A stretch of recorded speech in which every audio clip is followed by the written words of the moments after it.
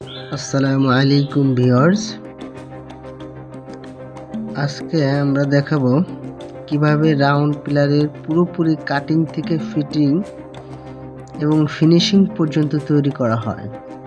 তাহলে শুরু করা যাক।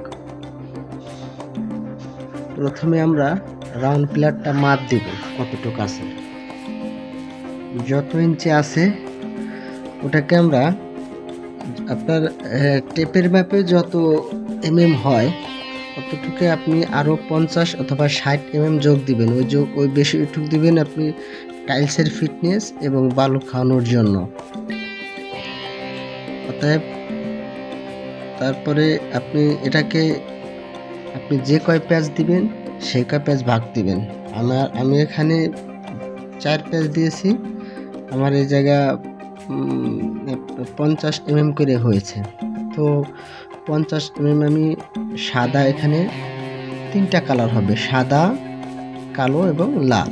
আমাদের কাটা সাদা, আমরা তো প্রত্যেকটা টাইলস 50টা করে লাগিয়ে নেব। তবে মনে রাখবেন প্রত্যেকটা টাইলসের 50টা টাইলসের দুনো পাশে চোস করবেন।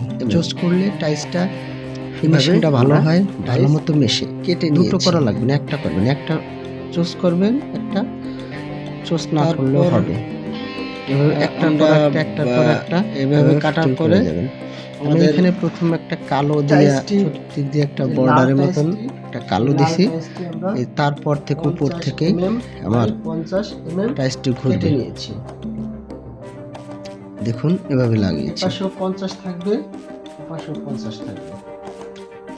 এভাবে চতুর্দিক দিয়ে এই কালো টালিটা এভাবে আমরা লাগিয়ে দেব। আলাদা আলাদাভাবে আমরা কাটি, তাহলে এলেভেল হবে। একটা টাইলসের ভিতর থেকেই আমরা টাইলসটি কেটে নিয়েছি। আমাদের সম্মানিত ভিডিও লাগানো হয়ে গেলে আপনারা ভালো করে দেখে নিন কিভাবে আমি উপর থেকে কেটেছি লাগানো শুরু করব। তবে একটা জিনিস খেয়াল করবেন, আপনারা যখন এই রাউন্ড পিলারগুলি লাগাবেন ধাপে ধাপে যখন সরু সুতো করে নেবেন, অনেকে 50 বাই ওয়াটার লেভেল ধরে করে এই টাইলসগুলি সল সুতো কাটা দিয়ে করাটাই বেটার। আমরা এভাবে নিচে থেকে লাগিয়ে লেগে আসছি। লাইন ঠিক রাখার চেষ্টা করব।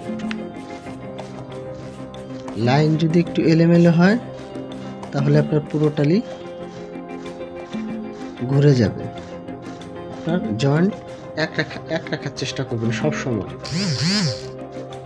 মেজারমেন্টটা এক রাখবেন।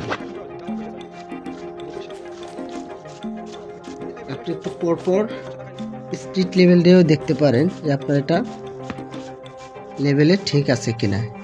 যদি আপনার প্লাটটা ঘুরে যায় তাহলে আপনার প্লাটটা আবার খুলতে হবে।